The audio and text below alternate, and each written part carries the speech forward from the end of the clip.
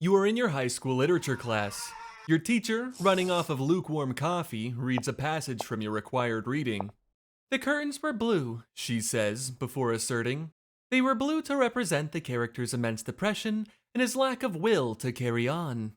You raise your hand. But how do we know that's what the author thought? And why do we have to study this when we could just ask the author what they meant?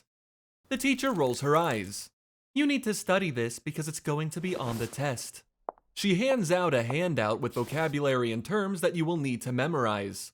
One of the terms is the death of the author, but your eyes wander to the window. While wishing you were anywhere else, you notice that the classroom windows are adorned with blue curtains. Has this ever happened to you? A lot of teachers tell you what to learn, but not why it matters. That's what I'm here for.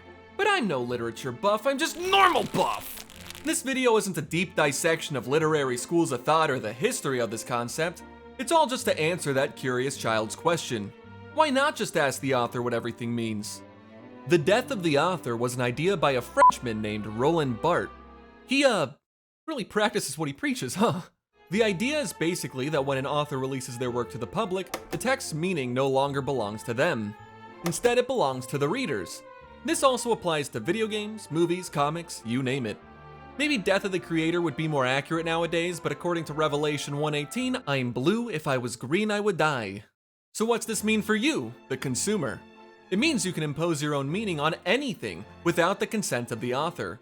Did an author just say outside the book that characters shat themselves and magicked it into the poop dimension? What the fuck? Who cares? Do you think Angry Birds is secretly an anti-immigration propaganda piece?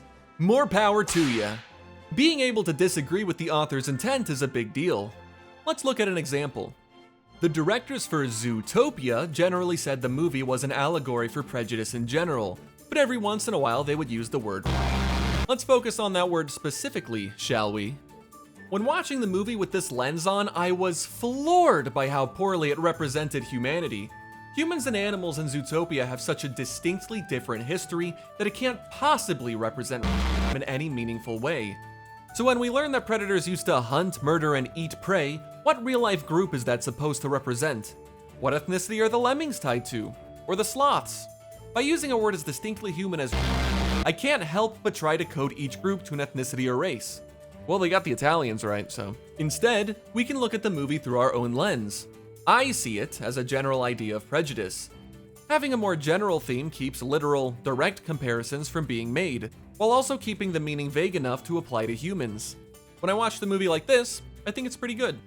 But don't take my word for it. In this video, I am but another author, so you can have whatever interpretation you think fits best. A female joining an all-male work environment. Perhaps it's about sexism. A country bumpkin trying to make it in the big city. Maybe it's about classism. Or forget the isms, maybe it's just a fun movie about animals. We, as consumers, can now tie a million meanings to anything, and discuss them at length without the author shutting down discussion like a tyrant. Discussion about what something means opens us up to new ideas, new ways of seeing things. Getting locked into the author's intentions can stop us from thinking critically. Okay, so what does death of the author not mean?